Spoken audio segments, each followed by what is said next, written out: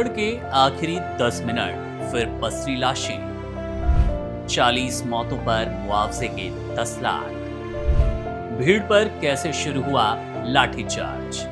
तमिलनाडु के करूर जिले में शनिवार शाम एक ऐसा हादसा हुआ जिसने हर किसी के दिल को झकझोर दिया। शुरुआत में तो सब कुछ सामान्य था और उत्साह से भरा हुआ। यहाँ फिल्म स्टार और राजनेता विजय की रैली में हजारों की भीड़ उमड़ी, जो कि उनकी बात सुनने, उनके समर्थन के लिए आई। विजय के बोलों में जोश और जुनून था। लोग उनके हर शब्द को ध्यान से सुन रहे थे।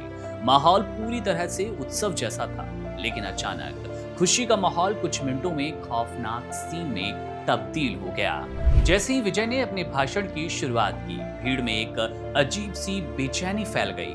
कई चश्मदीदों ने बताया कि विजय ने एक गीत गाया था जिसमें उन्होंने पूर्व मंत्री विसेंथिल बालाजी को 10 रुपए प्रति बोतल वाला मंत्री बताया। ये गाना जैसे ही भीड़ में गूंजा, लोगों के मन में जोश और गुस्सा दोनों उभरा। वहीं दूसरी ओर कुछ लोगों के मुताबिक जैसे ही भाषण शुरू हुआ, अचानक जनरेटर की फ्लड लाइट्स बुझ गई, जिससे माहौल और भी भयावह हुआ। अंधेरा और भीड़ में अचानक मची हलचल ने भय की स्थिति पैदा कर दी। भीड़ में महिलाओं और बच्चों की चीख पुकार गूंजने लगी। कोई अपनी जान बचाने को भागा तो कोई अपने प्रियजनों को ढूंढता रहा। उस अचानक मची भगदड़ की शुरुआत का कोई स्पष्ट कारण तो सामने नहीं आया, लेकिन कई तरह की अटकलें लगाई जा रही थी। कुछ लोगों का कहना है कि पुलिस ने लाठीचार्ज शुरू कर दिया, जिससे हालात और बिगड़ गए। भीड़ में अफरा तफरी मच गई। लोग एक दूसरे को रौंदते हुए अपनी जान बचाने के लिए एक दूसरे को कुचलते हुए भागने लगे। पुलिसकर्मी भी स्थिति को काबू करने में पूरी तरह असफल रहे। विजय ने इस भयावह स्थिति को देखकर अपनी रैली आधे में ही समाप्त कर दी और समर्थकों से शांति बनाए रखने की अपील की, लेकिन उस वक्त तक बहुत देर हो चुकी थी। हादसे में मरने वालों की संख्या 40 पहुंच चुकी है, जिनमें कई महिलाएं, बच्चे शामिल हैं। कई लोग गंभीर रूप से घायल थे, अस्पताल में भर्ती थे। इस पूरी घटना ने लोगों के दिलों को गहरा सदमा दिया। इस घटना ने प्रशासन की कार्यप्रणाली पर भी कई बड़े और कड़े सवाल खड़े कर दिए।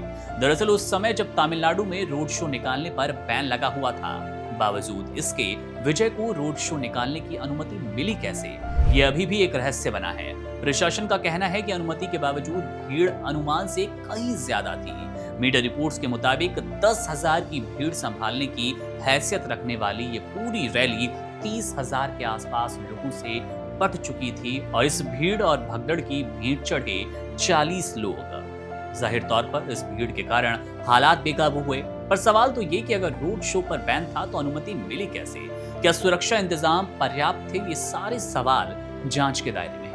राज्य सरकार इस गंभीर मामले की जांच के लिए जस्टिस अरुणा जगदीशन की अध्यक्षता में एक पैनल गठित कर चुकी है। पुलिस भी घटना के सभी पहलुओं की गहनता से जांच कर रही है। चश्मदीदों की बयानबाजियों में कई विरोधाभास है, जिससे सच्चाई सामने लाना थोड़ा मुश्किल है।